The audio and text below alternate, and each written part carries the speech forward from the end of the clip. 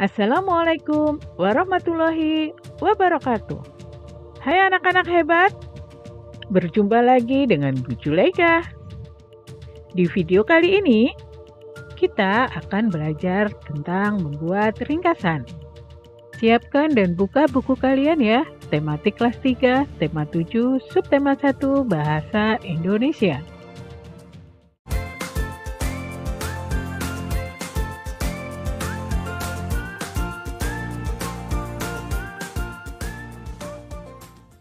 Membuat ringkasan. Mungkin kalian sudah sering mendengar kata ringkasan, namun tidak dengan artinya.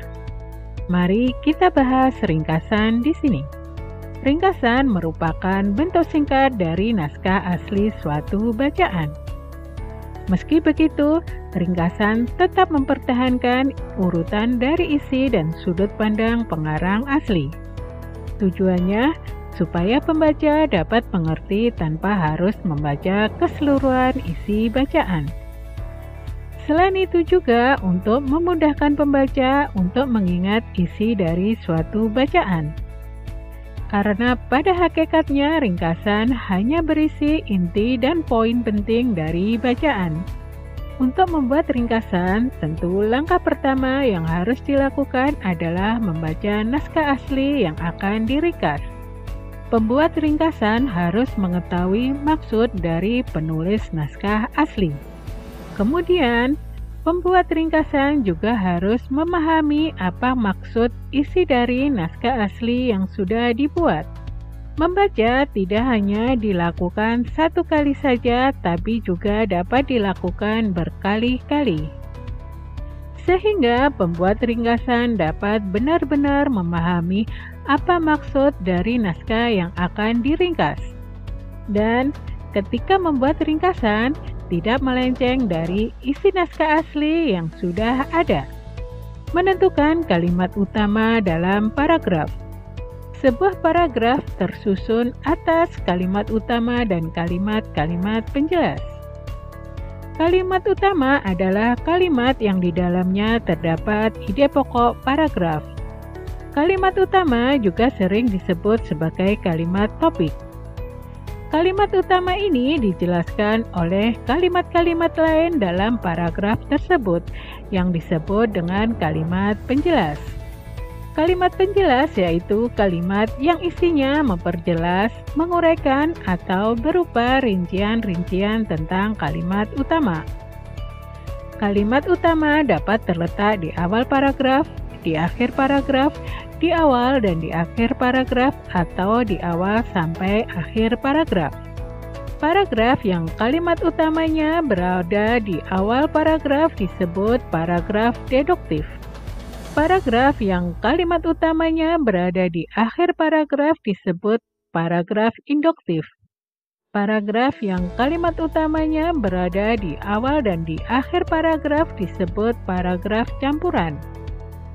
Paragraf yang kalimat utamanya berada di awal sampai akhir paragraf sebenarnya tidak mempunyai istilah khusus.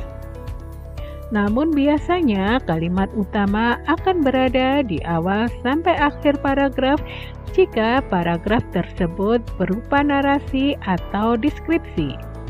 Paragraf narasi adalah paragraf yang berisi cerita.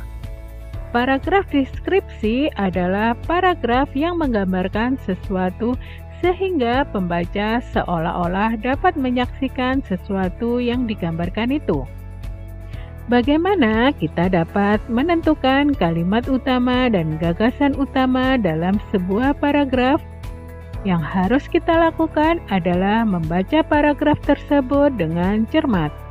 Dengan demikian, kita dapat menentukan manakah di antara kalimat-kalimat yang ada yang memiliki ciri-ciri kalimat utama. Apa sajakah ciri kalimat utama? Ciri kalimat utama. 1. Mengandung permasalahan yang dapat diuraikan lebih lanjut. 2. Biasanya berupa kalimat lengkap yang dapat berdiri sendiri. 3. Mempunyai arti yang jelas tanpa dihubungkan dengan kalimat lain. 4. dapat dibentuk tanpa kata sambung atau transisi. 5.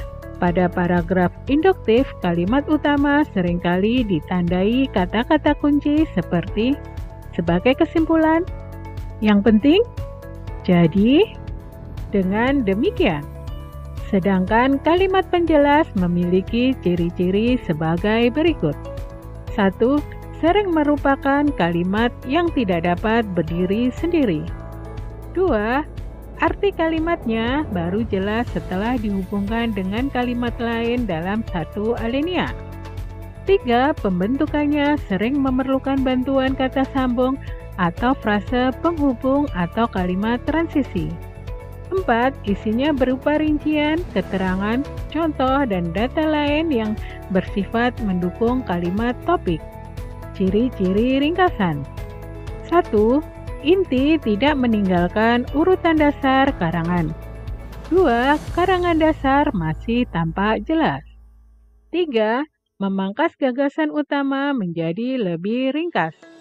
4. Tujuannya untuk memangkas gagasan.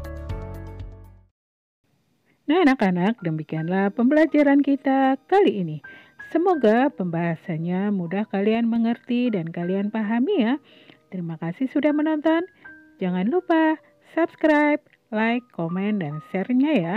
Bu Guru pamit dulu. Bye. Wassalamualaikum warahmatullahi wabarakatuh.